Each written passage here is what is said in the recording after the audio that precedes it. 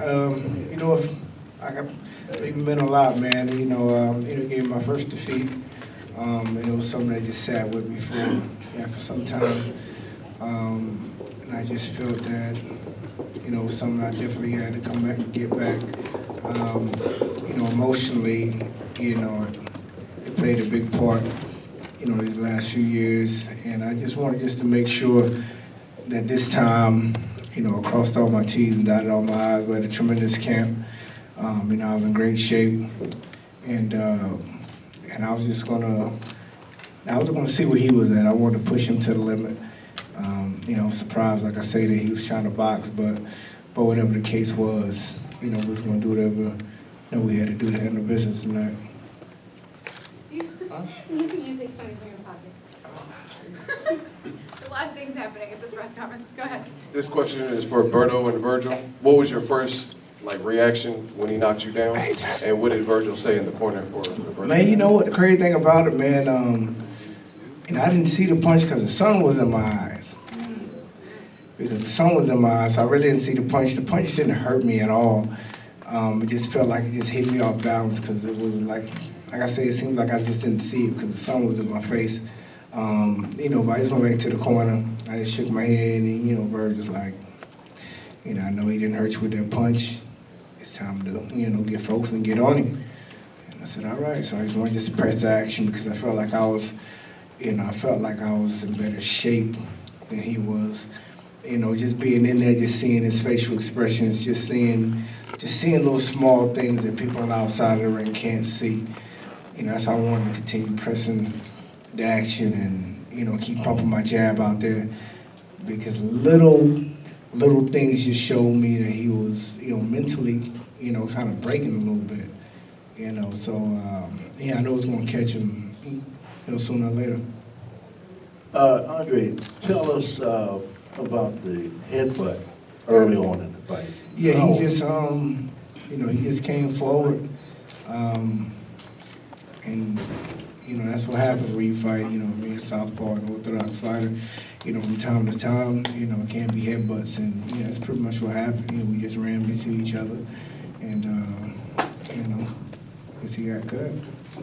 Andre, so when Victor knocked you down, he caught you with the straight left, Yeah. and it seemed like for the rest of the fight, he was really trying to recklessly shoot that straight left Yeah, again. he did. Yeah. At what point did you pick up on that, and how did you adjust? Yeah, I seen it. Like I said, when it happened, it felt like this right here, these lights in my face. I didn't really see it. But I see what he was trying to do afterwards. I felt that he felt that, it was a punch that he probably hit me with. But, I seen everything that he was throwing, after that. And, I just had to just to get a little bit more alert. Verge told me in the corner as well. Don't get lazy in there. He's over there trying to change his game plan up. You're faster, you're stronger, just keep that jab pumping. And he was going to open up because he was trying to loop that straight left. So. Andre, do you feel this victory gets you back into the mix, and would you like a shot at welterweight champ Danny Garcia? Yeah, of course. I believe it's a fight that everybody definitely wanted to see. They keep, even though throughout the years it's a fight that I really tried to just get behind me. Just the people in general, everywhere I go, they always tell me you need to make that fight happen. You need to get that back. So I think it was a fight, for me and a fight for the fans. And I think just in the fashion that I closed it in tonight, this is a done deal. This is a closed chapter. So, just right now, man, I'm so focused. And like I said, my man, Verge here, he's exceptional at what he does. And, he's keeping me sharp. So I think anybody right now is just up for debate. But I definitely know that Danny Garcia fight. I think I need to get my WBC back. So we'll see what happens. Would you be interested in fighting him a third time? I You mean, mentioned, why not?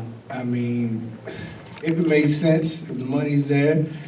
But when he told me in the ring, he said he was done. So, Wait, he told you Done? Yeah, he told me that in the ring, so he said he just might just be done, so. I mean, if they wanna ring it back around, it is what it is. Make sure y'all got that check ready, and we'll make sure to do it again. Andre, you fought Floyd Mayweather before this fight. Does being in the ring with someone that fast make someone like Victor or any future opponent look easier to deal with their speed in the ring, having been in with Floyd? Oh yeah, of course. I mean, you know, as you guys can see tonight, like I had, you know, tremendous hand speed tonight. You know, but fighting a guy like Floyd that's you know very elusive, and you know what I mean, like he's very fast as well. You know, and very intelligent in the ring. You know, just being in there with a guy like Victor, you see everything. You see a lot of different things. You know, that he's not doing. You see a lot of different things that are just completely different. So definitely from that fight, I believe I got a lot sharper. Did you watch Chris Algieri over here, Andre? Chris Algieri and Errol Spence. Did you watch that fight? And Yeah, I said it. would you consider fighting Errol Spence Jr.? I mean, like I said, man, you know, Errol Spence, he did his thing, you know, a few weeks ago. You know, but like I told people before, you know, Spence is that young lion coming out the blocks. You know what I mean? I believe that all of us, you know, we're at that point. You know, when we first really got on the scene. I think he really needs to, you know, continue having some more fights like that. But at the end of the day, you know what I mean, like everybody knows me, you know, I'm willing to fight whoever, whenever. So, you know, if it makes sense, you know, later on or whatever the case may be, you know, it is what it is. Andre, over here. Virtual, can you just walk us through that? I mean, it just seemed like it was perfectly thrown. Yeah. Was that by design? Yeah, you know what, you know, my uppercut has always been, you know, like my little staple, I guess, for a while.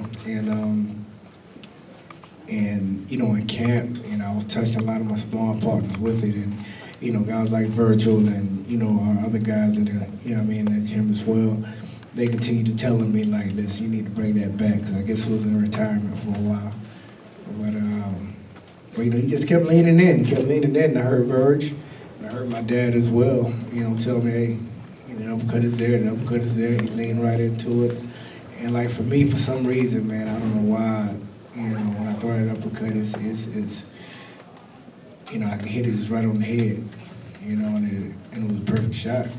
You know what I mean? Like I say, he just kept leaning into it, and I seen it coming and just hit him perfect with it.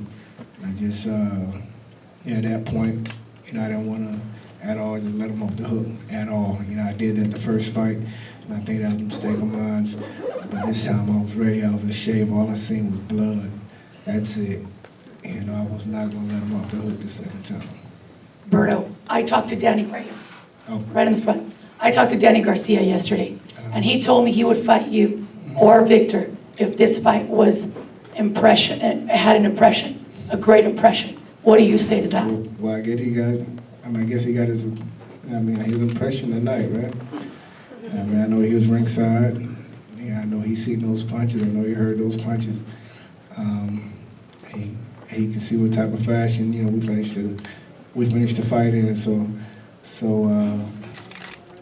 you know, we'll see what he says after. Andre over here. If not Danny Garcia, what about a rematch with Robert Guerrero? You mentioned you closed one chapter tonight. What about Robert Guerrero? I mean, like, it was up to me, man.